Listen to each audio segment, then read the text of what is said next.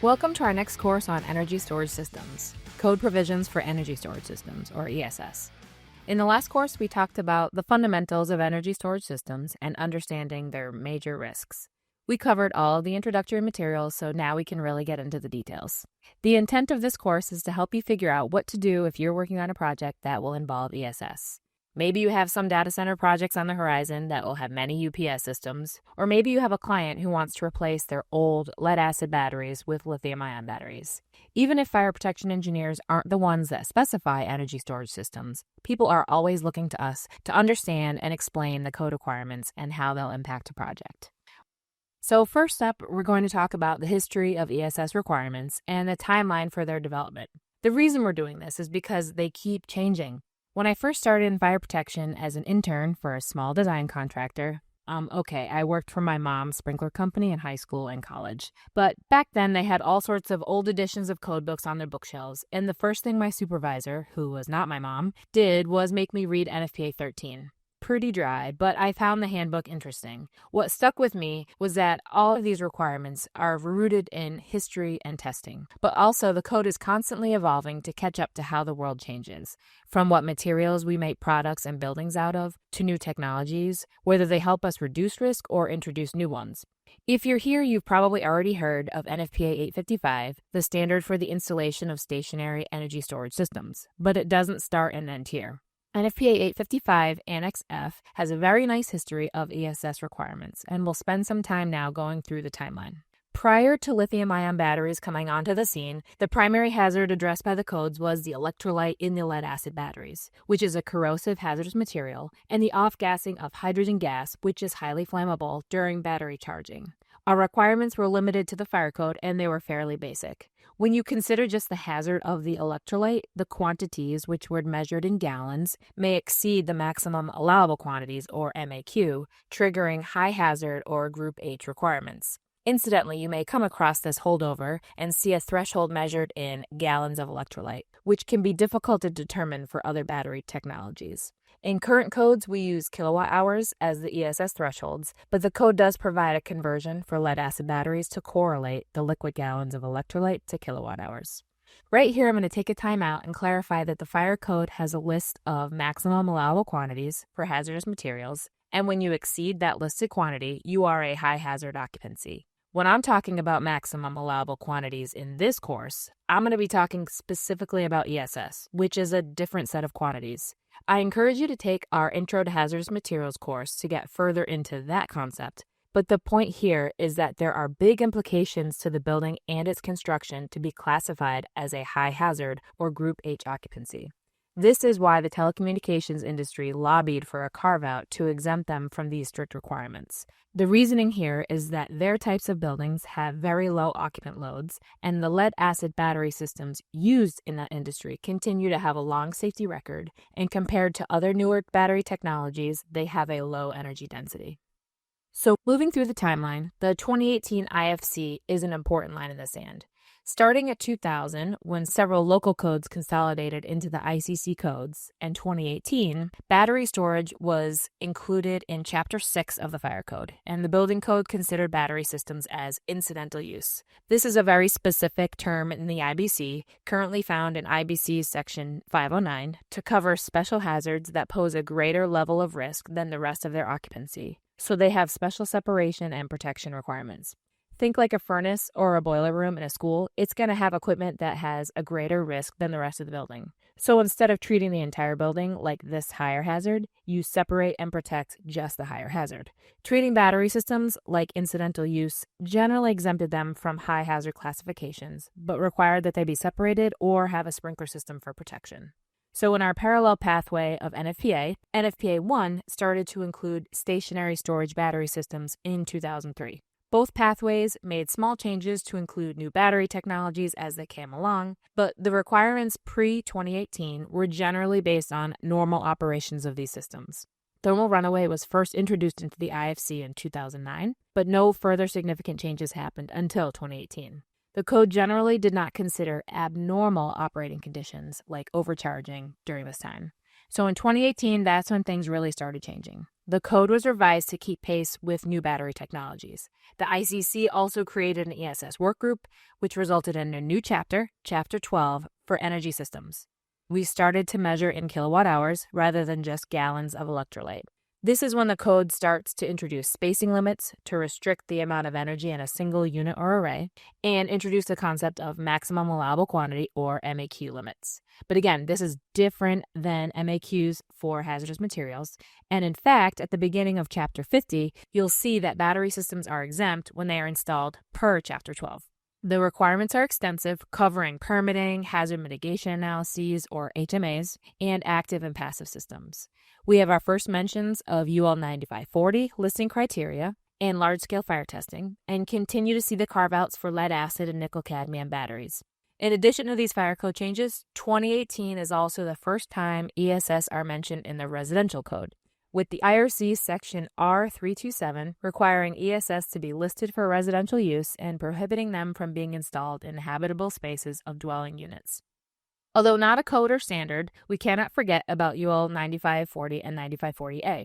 We discussed it in the previous course, but as a reminder, UL 9540 is the product safety standard for ESS. UL 9540 was first published in 2016, and UL 9540A, the test method for battery energy storage systems, was first published 2 years later in 2018.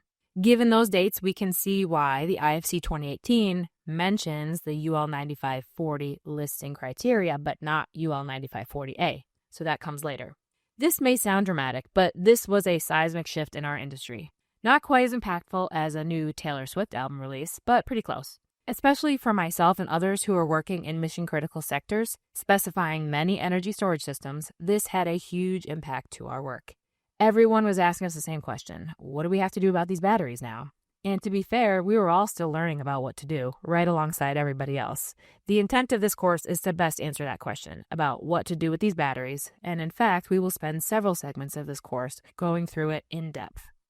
So after that, the next major milestone was the publishing of NFPA 855 in 2020. As we know, NFPA operates independently from the ICC, but the bodies work closely together with each other. In fact, starting with the 2021 IFC and the 2020 NFPA 855, you see the cooperation between the code bodies and the industry experts trying to get it right to arrive at an acceptable level of protection.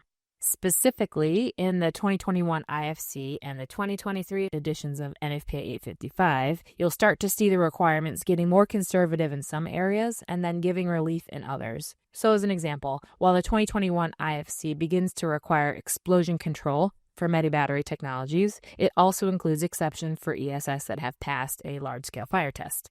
We'll also note that UL 9540A isn't explicitly mentioned until NFPA 855 and the 2021 IFC.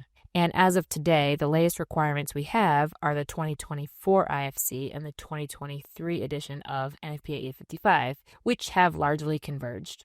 In fact, I'm not sure I've ever seen this before, but several areas of the IFC include the phrasing, quote, material based on NFPA 855 2023 edition. So other than those two big codes, who else has a stake? There are other standards, including FM Global datasheets, which address lithium-ion batteries. If you have not encountered FM Global, they're an insurance underwriter whose business model is based on a more targeted, highly protected risk strategy. Think more engineering and testing data, fewer actuarial tables.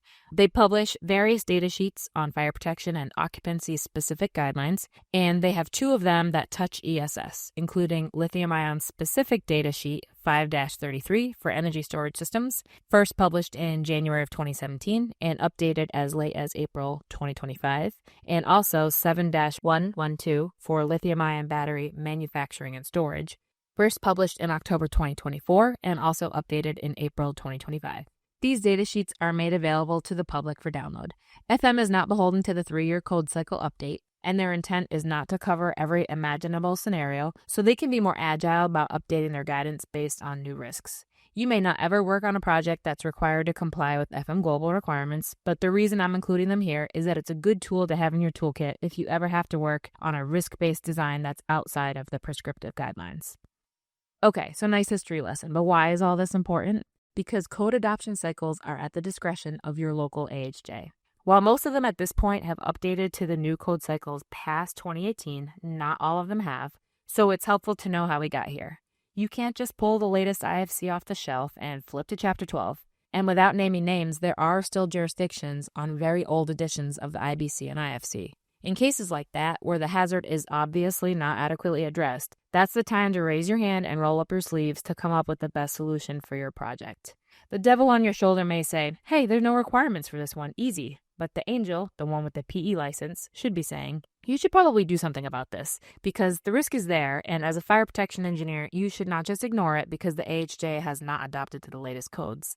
I will say many building owners are understanding of this. While many people usually don't like to spend extra money, no one likes to be surprised during permitting or inspections. So it's usually best to either integrate commonly agreed upon safety measures and document design decisions from a risk-based perspective.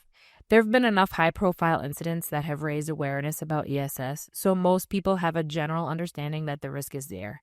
I have worked on data center projects in unincorporated areas where we've run into this issue. Instead of treating it like a get-out-of-jail-free card, an owner may request at a minimum we do what we would do anywhere else, and we document our design decisions so there's some written record of the level of safety provided in the design. Keep in mind, and this is certainly a concept worth its own course, the concept called standard of care that's present in engineering practice. Standard of care is a legal term that defines the level of competence and diligence that a reasonably prudent engineer with similar training and similar experience would exercise under certain conditions. This means that as a design professional, we're legally responsible to consider and act in the interest of public safety. Mandated codes and standards present a floor for the minimum requirements of a project. It's not a ceiling, nor does it necessarily protect a professional. The standard of care that we're obligated to meet can go beyond code minimums, especially in cases where a code or standard might not account for a new hazard. Lithium-ion battery storage is a textbook case of the situation, where the adopted codes and standards may not address our latest understanding of the hazards and the best practices recognized by the industry today. If we, as a responsible design professional, fail to consider the latest industry expectations and known hazards and only meet the code minimum, we're potentially exposing ourselves to a massive liability. Aside from that, ethically, we of course want to be educators and advocates of doing what's in the best interest of the people who are occupying our buildings and for the clients who own the property. Again, a whole separate and deep topic, and we certainly aren't lawyers and we don't pretend to give legal advice. But as professionals and advocates for public health and welfare, we need to acknowledge that an old adopted code does not shield us from liability and doesn't give us an out to disregard the hazards that we know are going to be troublesome in today's latest industry understanding.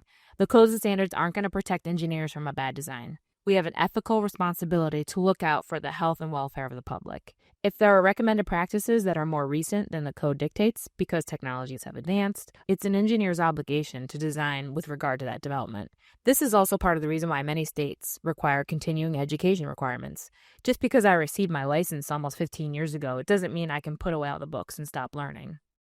In this segment, we reviewed how the codes and standards in the U.S. for energy storage systems have evolved to where we are today. Essentially, pre-2018, we treated batteries as a distinct hazard, quantified by the gallons of electrolyte in the battery, almost as a hazardous material. Telecommunications facilities had exemptions due to their very specific circumstances and their use of products with a robust safety record.